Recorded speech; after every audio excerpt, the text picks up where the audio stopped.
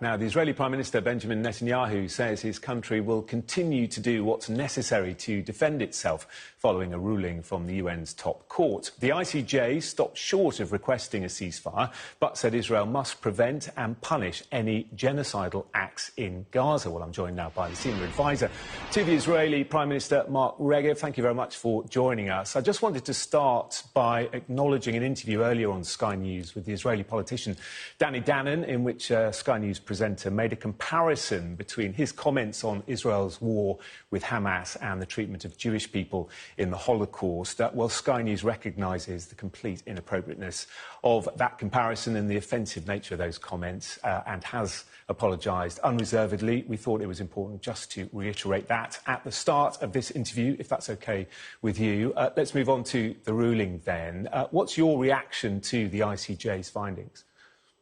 Well, the most important thing we heard today from the President of the Court was a rejection of the South African demand to deny Israel the right of self-defence. The right of self-defence is in international law. Every country has the right and the obligation to defend its people. And the South Africans said, no, Israel can't fight back against Hamas. And I think the court did the right thing in saying, no, that would be to discriminate against the Jewish state in a way that no other state is discriminated against. The whole South African case is frankly wrong. It's morally repugnant. They have chosen to become the lawyers for Hamas, pushing the Hamas positions.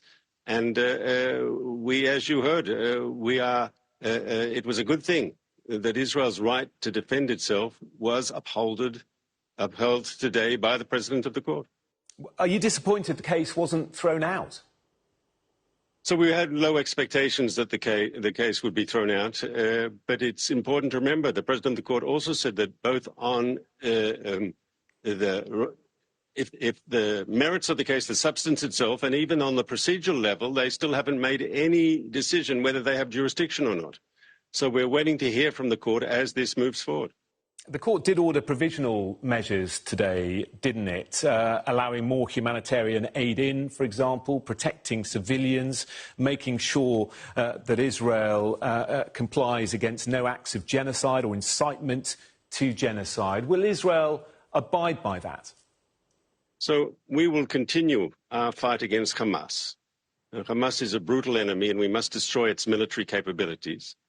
But in parallel, as you've heard me say before, we will do what needs to be done to make sure that humanitarian aid reaches the civilian population. We will continue to distinguish between the Hamas terrorists, who are a brutal enemy, and the civilian population, who are not the target of our operation. And for all these reasons, we will continue to abide by international law, by the rules of armed conflict, by humanitarian law. That's in our DNA as a democratic society. Let's just have a look in a bit more detail at some of what the judgment said today. When it comes to incitement, the judge, Joan Donoghue, quoted the Defence Minister of Israel speaking on October the 9th, who said, "We are fighting human animals. Gaza won't return to what it was before. There will be no Hamas. We will eliminate everything." She also quoted Yisrael Katz, the then Minister of Energy, saying, "We will win. They will not receive a drop of water or a single battery until they leave the world." Is any of that incitement? So it must be understood, my defence minister, who obviously is a senior member of the government and a part of the team that's in charge of waging the campaign against Hamas, he was referring to Hamas.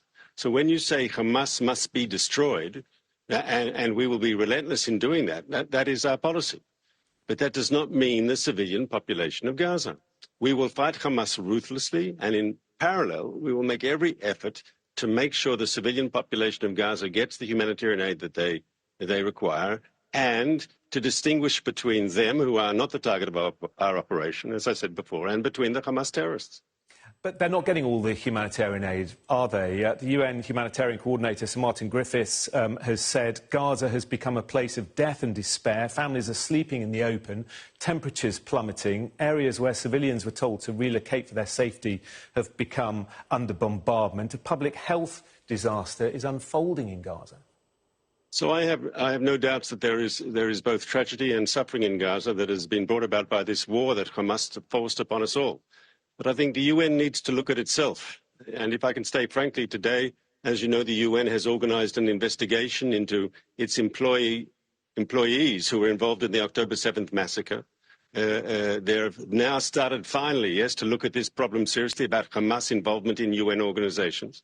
There's also the fact that one of our hostages who was released in November reported that she was held in the house of a UN employee. There were UN teachers who apparently celebrated the October 7th massacre. And I think the UN, which in many ways automatically often holds Israel, to account, what about their own relationships of their staff on the ground in Gaza with Hamas? The UNRWA, United Nations Relief and Welfare Agency, their union, which is thousands and thousands of employees, is actually run by Hamas. And that means Hamas is the boots on the ground, so to speak, for their so-called relief efforts. There are questions that the UN must answer. UNRWA have placed a number of employees under investigation, haven't they, and severed ties with them and the UN. But I just want to say, I understand what you're saying, but I think they would like to tell you it's an aberration. No, there's a structural problem that it must be addressed. OK. The UN chief calling for a swift investigation into that. What did you make of Israel's National Security Minister today, one of the first officials to respond to the ICJ? He said quite simply on X, on Twitter, Haig Schmeig. Is that sort of language appropriate? I'm not sure at all if that's appropriate, but I can tell you the formal response was given by the very top, by the Prime Minister himself. And you've seen his remarks, and maybe you've played the video of the remarks on Sky. He was very clear what our response was, and that was not it. OK.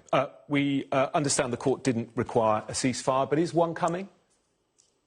There are still serious work underway for a further hostage release, which would, we presume, involve a ceasefire. That's why we could get a hostage release, because Hamas is desperate for a ceasefire. And we did it in November. We could do it in January. We could do it in February. We want to see hostages out. We're willing to make efforts to make that happen. So it's not impossible, though I'm not sure how optimistic we can be. Hamas is a brutal and very fanatical enemy. Will they agree to a further release of hostages? We'll have to wait and see. A 2-month ceasefire has been talked about, 60 days. Won't that give Hamas time to regroup? So obviously, Jonathan can't go into the details of what's being discussed. Negotiations don't happen, live on Sky News. They have to happen discreetly. But once again, there was a release in November that involved a cessation, a pause in the fighting to get our people out. We did it then. We can do it again. But the bottom line is this. It has to be to get our people out. Because for Israel, getting the hostages out is one of our most important aims in this conflict. They brutally kidnapped our people, and we are responsible to get them out. Yeah, but meanwhile, more bombing, more shooting in civilian areas over the last few days. Sky's team in Gaza filming horrendous scenes. The moment a strike hit a tented area in Khan Yunis. It was on Tuesday. Our cameraman filming body parts of children and civilians. All the pictures coming out of Hamas-controlled territory are always only of civilian casualties, yes? But you don't see a single picture coming out of Hamas-controlled territory of a single armed Hamas fighter who's been killed by the Israeli forces. And one has to ask, why is that? And is it because Hamas is an authoritarian regime that is very, very particular about what pictures it allows people to take pictures of? And if you take pictures of things that Hamas doesn't want you to take pictures of, you as a journalist, you as a correspondent, and if you live there and you're a Palestinian under Hamas's rule, there are clear limitations on what pictures you can take. OK, we will leave it there. Mark Regev, thank you. Thank you for having me, sir. Let's get